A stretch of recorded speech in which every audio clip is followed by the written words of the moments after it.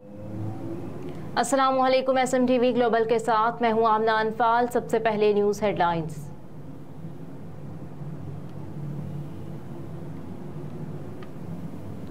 पंजाब हुकूमत का सूबे में प्लास्टिक रोड्स मुतारिफ करवाने का उसूली फैसला।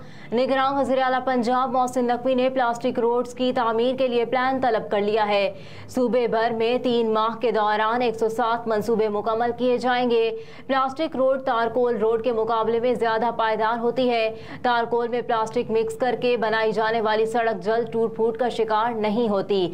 निगरान वज़ीर आला पंजाब मोहसिन नकवी ने रोड्स प्रोजेक्ट्स की तामीराती कामों में शफाफियत और आला मयार यकीनी बनाने की हिदायत की है।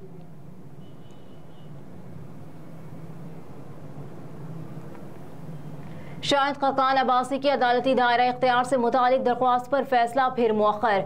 एहतसाब अदालत के जज मोहम्मद बशीर की रुख्सत के बायस समात बगैर कार्रवाई मुलतवी की गई। एहतसाब अदालत ने फैसले के लिए 4 अगस्त की नई तारीख मुकर्रर कर दी। अदालती अमले ने कहा कि 4 अगस्त को नैब ऑर्डिनेंस के तहत दायर दरख्वास्तों पर फैसला सुनाया जाएगा।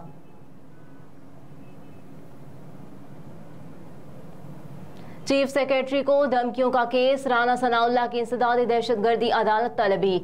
अदालत ने मुसलसल अदम पेशी पर राना सनाउल्लाह के वकला पर बरहमी का इजहार करते हुए 25 जुलाई को तलब कर लिया।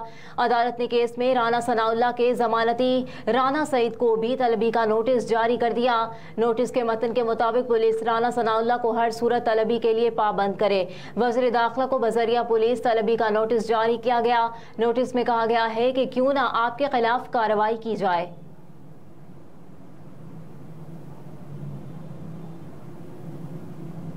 वज़ीर आज़म शहबाज शरीफ ने कहा है कि चीन के एक्सिम बैंक ने मज़ीद $600 मिलियन का कर्जा रोल ओवर कर दिया, जिससे मुल्की ज़र मुबादला के ज़खायर में इजाफा हुआ है। इस्लामाबाद में वज़ीर आज़म यूथ स्पोर्ट्स इनिशिएटिव के इजरा की तकरीब से खिताब में वज़ीर आज़म ने कहा कि आज इस तकरीब में हाजिर होकर बेहद खुशी हो रही है।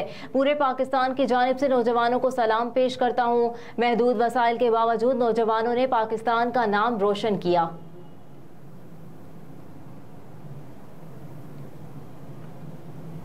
वज़ीर आज़म शहबाज शरीफ समेत सियासी शख्सियात का तारिक फजल चौधरी के बेटे की वफ़ात पर इजहार अफसोस। वज़ीर आज़म ने अंजा तारिक की वफ़ात पर अहले खाना से दिली रंजो गम और सदमे का इजहार किया और मरहूम के दर्जात की बुलंदी और अहले खाना के लिए सब्र जमील की दुआ की। उधर वफाकी वज़ीर इत्तलात मरियम औरंगज़ेब ने तारिक फजल चौधरी की रिहाइशगाह जाकर उनसे बेटे के इंतकाल पर इजहार अफसोस किया।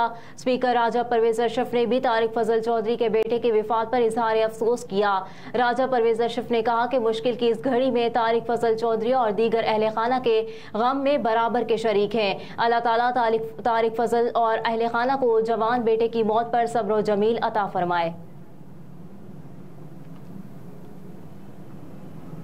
हालात गंभीर हो चुके, माइशत को मुस्तहकम जमहूरियत की ज़रूरत है।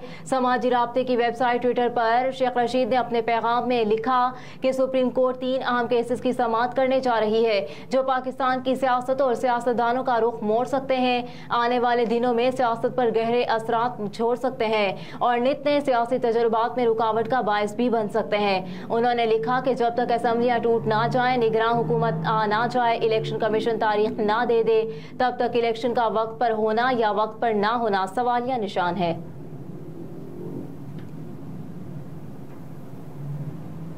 इंतखाबी इस्लाहात का मुसव्वदा आज पार्लिमानी कमेटी में पेश किया जाएगा। ज़राए के मुताबिक सेनेट में टेक्नोक्रेट की सीट पर तालीमी काबिलियत के अलावा 20 साल तजुर्बाकार होगा। पोलिंग डे से 5 रोज कबल पोलिंग स्टेशन तब्दील नहीं किया जा सकेगा। इंतखाबी अखराजात के लिए उम्मीदवार पहले से ज़ेर इस्तेमाल बैंक अकाउंट इस्तेमाल कर सकेंगे। इजलास के बाद मीडिया से गुफ्तगू करते हुए वफाकी वजीर कानून आजम नज़ीर तारड़ का कहना था कि इंतखाबी इस्लाहात कमेटी का मुसव्वदा तकरीबन हतमी हो गया है, उसे अब तहरीरी शक्ल में लाना है। इंतखाबी इस्लाहात वक्त से पहले मंजर-ए-आम पर ना आई, इसलिए बंद कमरे में मीटिंग रखी गई। अमरीकी वजारत खारजा ने कहा है कि अफगानिस्तान को दहशतगर्द हमलों के लिए महफूज मकाम के तौर पर इस्तेमाल किया जा रहा है। प्रेस ब्रीफिंग के दौरान अमरीकी वजारत खारजा के तर्जुमान मैथ्यू मिलर ने कहा कि अफगान तालिबान ये हर सूरत यकीनी बनाए कि उनका मुल्क दहशतगर्द हमलों के लिए इस्तेमाल ना हो।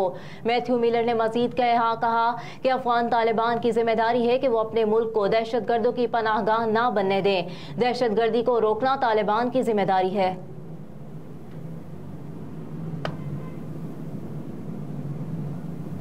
रूस के जनूबी और मशरकी यूक्रेन पर फिजाई हमले। यूक्रेन का कहना है कि रूस ने जनूबी और मशरकी यूक्रेन में अहदाफ पर फिजाई हमले शुरू किए हैं। गैर मुल्की खबरसां इदारे के मुताबिक यूक्रेन की फिजाइया ने कहा है कि रूस ने ड्रोन और मुमकिना तौर पर बैलिस्टिक मिसाइलों का इस्तेमाल करते हुए जनूबी और मशरकी यूक्रेन में अहदाफ पर फिजाई हमले शुरू किए हैं। एयरफोर्स ने मंगल की सुबह टेलीग्राम मैसेजिंग ऐप पर बताया कि ओडेसा की जनूबी बंदरगाह और माइकोलाइव, डोनेस्टिक, खेरसन, ज़पोरिज़िया और धनपीर वेप्टरविस्क के तमाम इलाके रूसी ड्रोन हमलों के खतरे की जद में हैं। फिजाइया ने मजीद कहा कि रूस पोल्टावा, चरकासी, धनपीर, वेप्टरविस्क, खरकीव और कैरियो वेहराद के इलाकों पर हमला करने के लिए बैलिस्टिक हथियार भी इस्तेमाल कर सकता है।